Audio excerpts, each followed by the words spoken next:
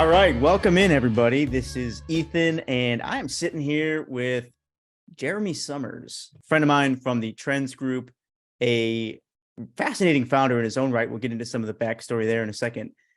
Currently building a company called Not Content, which is this is the first example of this that I have seen so far.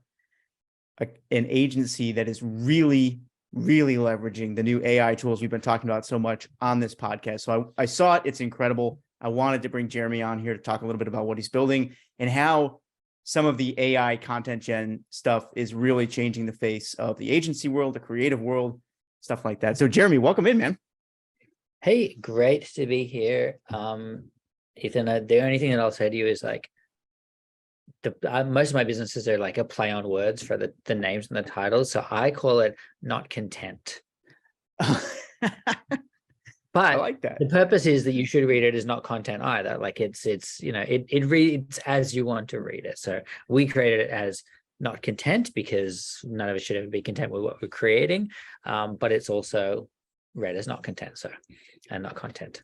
That actually explains a lot, because one of the things that I didn't quite grasp about this company when I first saw it, and I was reading it as not content, is it is a pretty content heavy company. It's a content agency. Yeah, literally the promise is like, we can double your content output every single month. Is it without even raising your costs, right? So I don't want to put words in your mouth, but like it's content from the drop. And I was like, I don't know where he's going with his name, but that definitely helps explain some things. So thanks for clearing that up. But yeah, man. Okay, so I'm so interested to have you in here. I think sometimes we do like a screen share component to these shows, and I might kick this off with like a brief screen share. But sure. As we do, all right, maybe before we even get into Not Content, can you just give people a little bit on your background? Because you've been in the creative world in different ways for a long time. Obviously, We've connected before about your history in fashion, which was really interesting. So can you just give people like a 30,000 foot view of what your careers look like so far and what led to this idea? Yeah. So as you say, I'm a career creative. Since I was, in my early teens, I started with my first foray into image making, which was back then photography, shooting film. There was no such thing as digital. I'm not that old, but it wasn't that long ago. And really started out in photography. And when I finished high school, I went to university in Sydney for commercial photography. And that took a couple of years, finished that, decided that was not what I wanted to do at all. I didn't want to be stuck in a studio all day. And then sort of went in, I already had my business set up and was doing a bunch of freelance and taught myself design and graphic design, and from there went into some of the very first digital agencies in Australia, and sort of cut my teeth there, working my way through the ranks to getting to art director and I guess creative director status. And during that time, started my fashion business, which then just sort of took off, and that became the next, I guess, decade and a little bit of my life in flying around the world, going to beautiful islands and photographing women in swimwear. And that was going to runway shows, and that was like my life for like 10 years.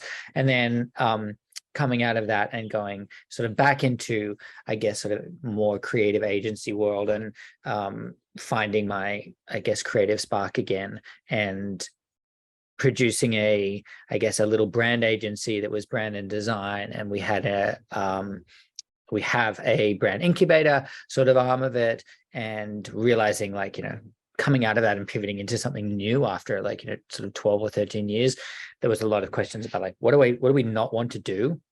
And so most of the businesses, it's my wife and I. And so we really had a lot of talking about, what do we not want to do? Like what was an issue in the last 10 years? And like staff, we don't want to deal with staff anymore, and offices and all this sort of stuff. So that's where we are. And then this last year, like a lot of other people, have been diving into AI. And from, the very first time I saw anything related to DALL-E, I just could see the future of it and what it would mean to people who are creatives and image makers. And obviously it's come a long way even in the last couple of months. And the big thing that I really realized about this entire AI movement, both in terms of visual, and it'll it applies to what'll be all the audio and music and video, and like any of the creative outputs from the tools will be that like you must have a human creative brain if you want really good output. We can get really great today we can get beautiful imagery in any sort of style on the planet. But if you don't have, for an actual brand or an actual creative agency or anything which requires like connection with your either customer or your audience or whatever it happens to be, it's going to require a creative human brain. And so that's sort of where Not Content sprung from. And as you alluded to, we're a creative agency, but we figured out a way using the AI tools to double or triple or 10x your output, we'll call it creative output, in like 90% less time. And we're trying to do it without having to raise your budget, because going to clients and saying, cool, look, we have this new tech and we can do all of these things for you, but we need extra money, is a really hard sell. So we want to be able to take people's current budgets without stretching them, but double or triple their output, as well as reduce their timelines by a huge amount, and also give them access to anything that they could possibly think of to create.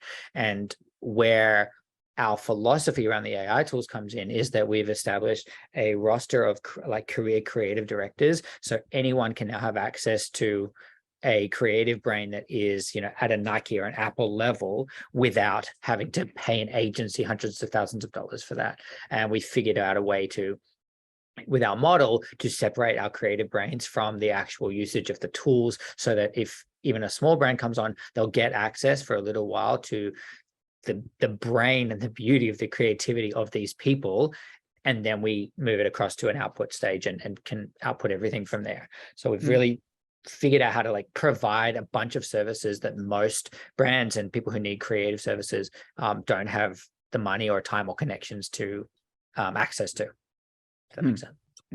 There's so much that's fascinating about this particular take on the use of AI, and I want to get into it in a second.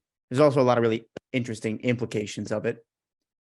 But for people listening too, I just want to give two other small pieces of context for anybody who may not know. So that was a great background. Also somewhat humble, I think, because you've been on the leading edge of several different trends throughout the course of your career and had done just incredibly influential work. So that first swimwear agency, obviously we've had a conversation. Indulge me in like hyperbole a little bit, but you guys basically brought back the One Piece and yes, like Victoria's Secret. Yeah, I remember a conversation we had where you said you were literally in Victoria's Secret headquarters and they had your guys' design pinned up inside their cubicles. So leading edge on that trend. Then newsletter space. A lot of people probably don't know this, but this is the guy behind the Milk Roads design, layout, character. So if you know Sean and his work, that whole like Milk Road dude is Jeremy's work. So just I've always kind of admired you since we met for your ability to play a hand in like incredibly popular things without necessarily calling attention to yourself. It's like the work that's always stood forward. Yeah, I appreciate that. That's a very Australian thing to do. We don't really celebrate our successes, or we consider them successes, but we like move on to the next thing at work, and we don't like to talk. And when we moved to LA, that was something that we really had to get over, was like, how do you talk about that stuff? And so I always just sort of skip over it. But yes, if I'm to put my Australianness aside for a second, yes, we built something in the swimwear industry and changed the entire industry in a bunch of different ways over the next 10 years. Yes, we brought back the One Piece, and we pioneered the application of digital printing technology into swim, which is now used by every swim company on the planet. We produced an aesthetic that was copied consistently, and we ended up in a whole bunch of legal battles and all sorts of things. And yes, for everyone from Victoria's Secret to Net-a-Porter to most swimwear brands on the planet had our images on their mood boards, and we sold in 40 plus countries. And our sort of biggest fans we count as Beyonce and Rihanna, and like all of the things really. So yes, if I put my Australian aside, that's what we do. Oh, I forgot to mention Beyonce and Rihanna and so yeah, that was pretty big. And I've always sort of tried to pride myself on using your creative brain and the output of creativity in a way in which maybe it hasn't been used before. I love doing things that haven't been done before, or at least, at scale.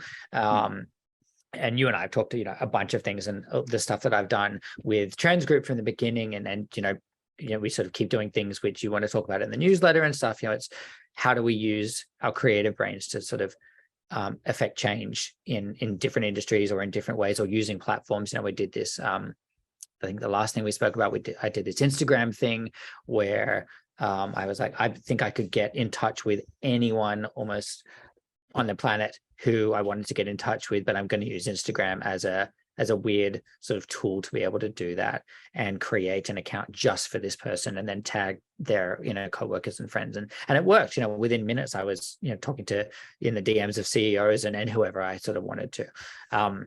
So yes, I appreciate you mentioning that. And I also like thinking, okay, cool, hang on, there's a podcast and people are listening and they have no idea who I am.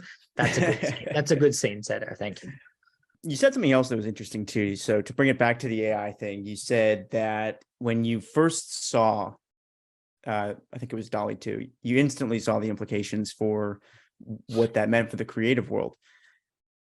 Did you struggle with that at all? Because I know a lot of people who are listening to this, myself included, I'm creative for a living, see some of these AI tools, and there is a moment where when you first see it, the first thought that you have is like, is this going to take my job? Mm-hmm. And then you kind of, like, I think a lot of people kind of dig into it, and then that thought slowly evolves to become more nuanced. And it's like, well, maybe it's not going to take my job, but I know a lot of creatives who have opinions about the quality of the work that the AIs are doing, or the role that they should play versus the role that they will play, that kind of thing. Did you ever struggle with the role that this was going to play in the agency world before implementing it the way that you guys have at Not Content? Yeah, for sure. I mean, anything that is sort of threatening to us, we tend to feel protective over it, but I also correlate protectiveness and defensiveness are the same thing in this sort of period. And it's actually almost like a personal development thing, where I realized that over the course of even if I just think about my career, anytime that I've felt a bit protective and defensive about a technology or a platform, or sort of judging something, which then goes on to become really big and widely adopted in the way that we do things, that was just a defense mechanism against whatever I'm doing at the time, or whatever else it's been. And a really good first example is when Twitter was invented, which I remember when Twitter was invented, and I was in an agency and all of the agency people were getting on Twitter, and I'm like, who the fuck wants to blog with just 180 words or characters or whatever it was at the time? And I'm like, this is so dumb. I cannot see this. So, I have a history of immediately judging and being defensive about things. And so when this stuff came out, I recognized that. And as I say, it's a personal development thing. I recognized that, and I was like, okay, hang on. What if I was to think about it the other way? And it's still scary to me, because it's getting so, and even with the advent this week of GPT chat and all of these things, I've been using it to be how can I want to see how creative it can be, and use it to aid my creativity and all this sort of thing.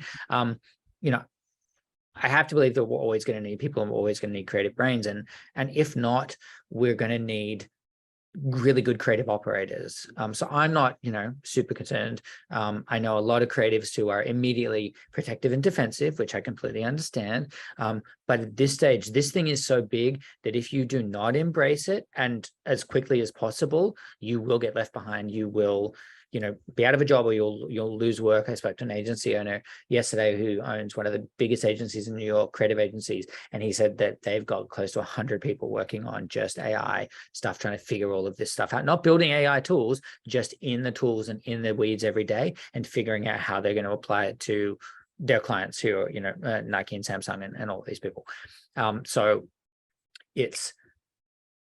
I think that's the big realization for me. I'm lucky that I had that personal development moment early on, but at the moment I'm seeing a lot of pushback from creatives, and mainly because they don't understand it. And even when we send Not Content out to creatives and creative people who are sort of familiar with AI, the general consensus is they can't get their head around what they're seeing. They can't get their head around what they're seeing on our website, or what I'm actually proposing as a service. And so that's been really interesting, is trying to get traction as we launched, only really a few weeks ago, and people think that it's sort of some sort of magical voodoo, or that can't possibly be right. Can you talk me through the process a little bit of how you got into the weeds on this? I mean, you said something interesting, which is, look, you need to learn how to incorporate this into your work, or you're going to get left behind. In your case, that resulted in effectively a new agency. So can you just talk me through that? How did you get oriented in the space, and what ultimately led to this implementation? Yeah. I mean, I had to learn it essentially from scratch. I was lucky that I was very early in the tools, but the tools were not, now we're getting apps, and we're getting, like web UIs, and we're getting, Discord box and all this sort of stuff. Early on, it was very much like almost deep in code, and I'm not a coder, and I don't understand it at all. And I it was YouTube video after YouTube video after asking people in like tiny Discord servers where there was, like a dozen people trying to experiment with stuff. And I think because I can see the long tail of the effect of what, if what's going to happen is if what I think is going to happen is going to happen, which has already now happened in the last few months, where we can create anything at any point in time. I realized that I need to I mean, first of all, I want to, from I've been a designer my whole life, in image maker. I'm like, this is just nuts. I can type something in and just use my creative brain to output whatever I want. Whether it's, it's not just my style of design or illustration. I can do anything that I actually want. So it's been many months of just tinkering, learning, watching the new tools, making sure that I'm trying to keep updated with everything that's going on, talking to a lot of people. If you were to start today, it's so much easier to get into, because there's 150 different apps that you can just go to a website and start typing stuff and get out cool imagery. But I also think it was a good rite of passage for me to lead up to this point, to understand exactly what my capabilities, what the limits are, and also who to go to, where to go, what the technology is doing, where I think we'll be in a month or 2 months or 3 months. So that's sort of how we get to this idea for how we wrangle it into an agency service. Yeah, it's interesting. As you're talking through that, the question that keeps coming to mind for me is, how does this change the industry when more and more people adopt this? So I'm going to go ahead and share my screen real quick. For people listening, be sure to check out the YouTube video, or you can check out notcontent.ai. It's right up there. We'll link to it in the show notes. But there's what I'm showing people here is a case study of a particular brand. This is, how do you pronounce this? Is it Kine or Kin? Kin Euphorics. Kin Euphorics. And I'm scrolling the page, and there's just, photo after photo after photo of what you would consider ad creative or product creative, with Kin's products on all sorts of different backgrounds, all sorts of different settings. And what's really fascinating about this, first of all, it looks fantastic, by the way. There's a couple of things that are fascinating about this. One is that if a lot of other companies if this becomes the de facto producing. Sorry, my dog's gonna bark for a sec. Thank you. Oh, that's okay. Yeah, actually, it's funny. Mine's dreaming on the couch in the background, so I don't know if it's coming through on the mic, but she's literally barking right now. Yeah, she's no, mine's just barking at our male woman. It's okay. So the thing that comes to my mind is, okay, it seems like you are able to create an unlimited number of backgrounds, or unlimited number of, let's call it, worlds to place these products in. And so the question that comes to my mind is, what happens as more and more agencies take that approach? I think we probably come to this thing that you were saying, where it's well, your creative talent is again what helps you to stand out. But I don't know, man, talk me through this. From building out these few case studies, what's your take on how this, first of all, how easy is this to produce? What is the actual tooling behind what you guys are doing here? And how is it going to change the agency space overall? Okay, so in terms of tooling, we at the moment use a variety of AI generation tools. We use the big ones that we use are Stable Diffusion and Midjourney. Midjourney is available through Discord and super easy to use as even a novice. And then once we finish with those are the sort of the image creation tools. They give us our initial concepts. We take it out of there, and then we use 3 or 4 different other sort of AI-based tools to get them to often the images come out and they're not exactly what we want. And, if we're an agency or, we're designers, we're going to want to wrangle them in a certain way. We also need to be able to implement the product if it's a product. So you can see the KinCans and the photography in there. So we use a few other tools where we use them for upscaling. We use them for fixing faces and portraits and that sort of thing. We have a specific tool for that, which is also AI. And then we go into Photoshop, which now has its own suite of AI tools, where we then apply whatever we need to do as designers and creatives to get the image looking how we want it to look and fixing it up and that sort of thing. So the tooling is relatively easy. It's accessible to everyone.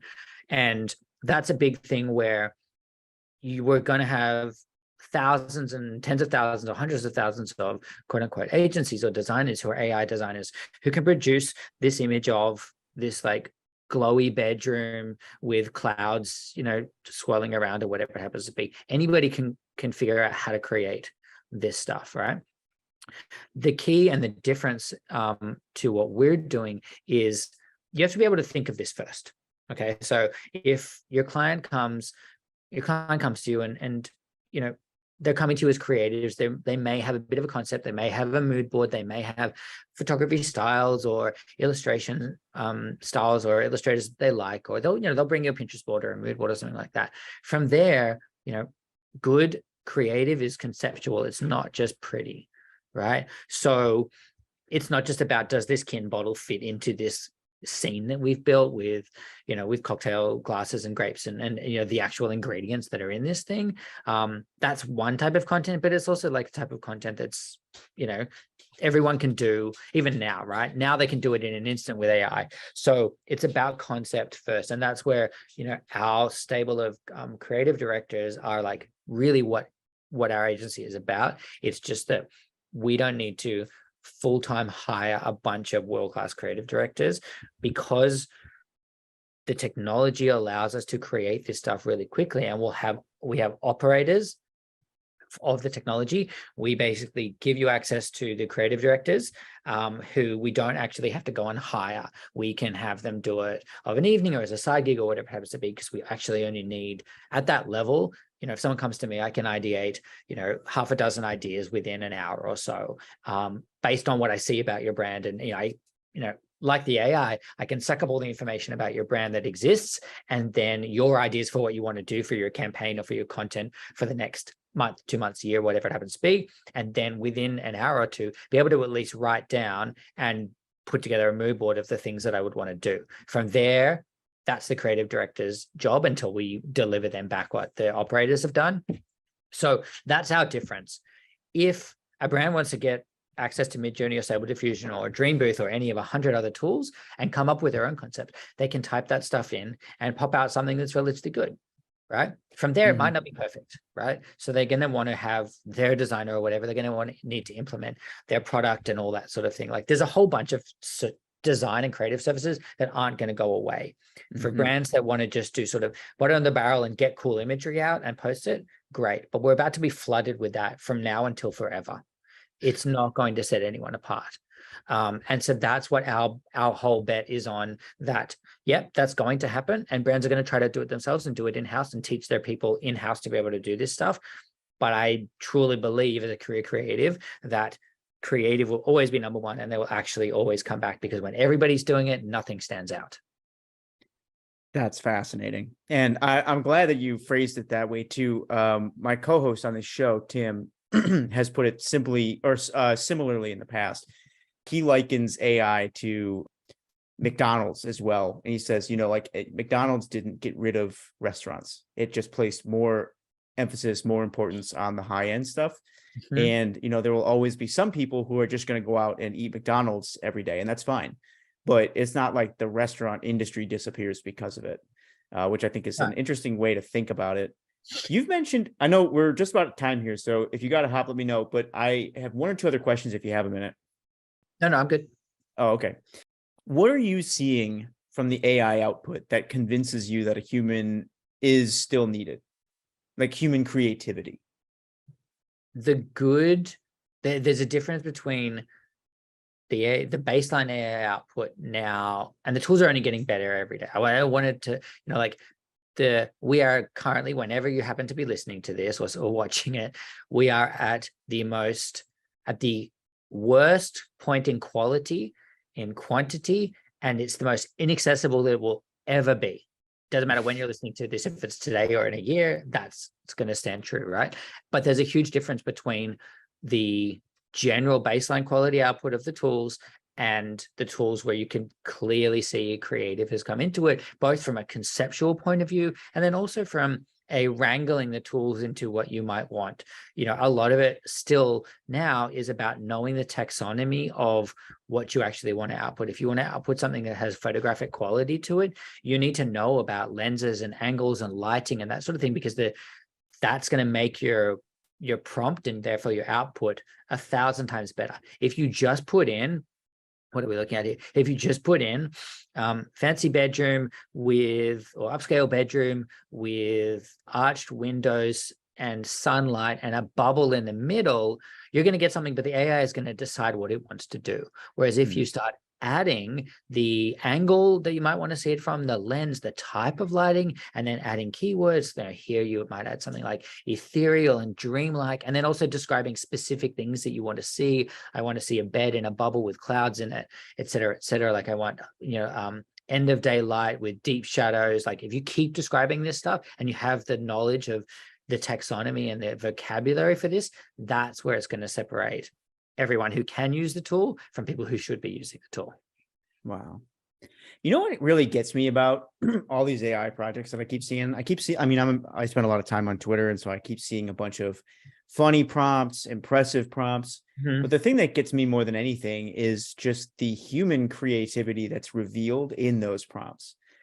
So like one of my favorites, a friend in a Slack channel posted recently, was like, give me 15 names for ice cream, for a flavor of ice cream that includes bananas and chocolate and peanut butter. They should be punny. They should be sort of in the style of Ben and Jerry's, and they should all have the name Benedict Cumberbatch like somehow involved in them.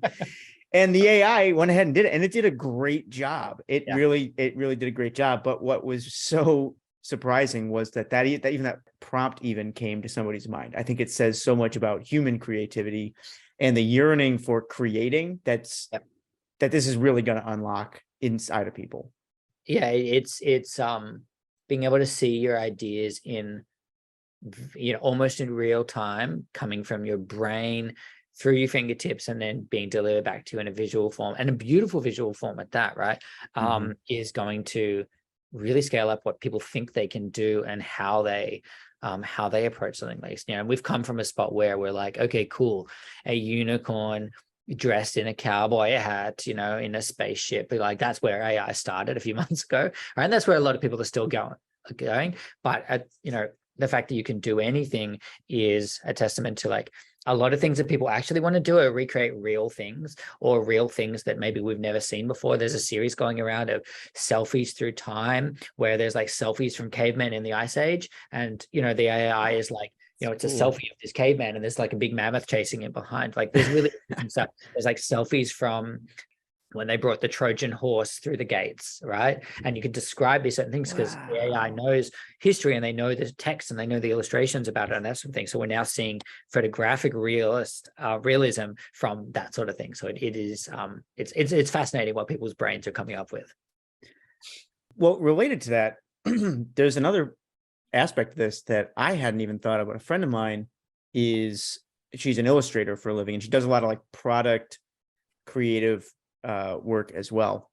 When I showed her this, and the first thing she said was that this is so much more eco-friendly than the old way of doing product creative. Because so right now, for people listening, we're looking at a shot. It's got this kin drink in it, and then there's a whole bunch of bar sort of tools laid out. So we have stirrers and all kinds of stuff. it used to be that if you had this vision in your head, you might have to just go to Amazon and order a bunch of tchotchkes and like lay them out on a colored background that gets used once. And then a lot of this stuff, maybe it gets put in a warehouse, maybe it gets thrown away. But when you think about all of the resources that go into shipping a handful of, stirrers and shakers and glasses that are just the right size and shape for a product shoot, there's a huge environmental toll there that it doesn't seem to exist with the AI. Now, there's plenty of controversy over how eco-friendly like the servers are. Usages and all of that's the thing. But yeah, I think she's got a really good point for all of that sort of stuff. It's, if that's what you're wanting to create, and then it does it, and it's saving. I mean, it's, for someone who is reaping the benefits of the creative, when we're talking, let's talk brands for a minute, it's great for them because we're also reducing the amount of time that something takes, right? Like our estimation is, for us, somewhere between 90 and 98% we reduce your timeline for doing creative. We're all coming from doing everything from shoots in our kitchens to TVC shoots for big brands and that sort of thing. So we know how many people, the resources, how much time everything takes. It's a lot, right? Whereas now we can produce essentially Super Bowl ready quality creative in almost hours, not weeks or months that it takes anyone to do it. And that's really sort of what we're banking on as an agency and as a service. All right. Last question for you is, what are you excited for next? This is already pretty impressive, but you have a good record of kind of being on the leading edge of different trends. So what mountain are you guys yet to climb when it comes to using this technology creatively? The thing that the AI is struggling with at the minute is like, is super photorealism, right? It's still having trouble wrangling like perfect output. You can 100% get there, but it takes, we'll call it, a lot of time. And in this sort of way, doing photography, which is obviously where I came from, and my my first true creative love, a photo actually takes 1/25th of a second or 1/250th of a second, right? It's like that. And technically anyone can push a button on a camera or on their phone, right? But everything that goes behind it is you.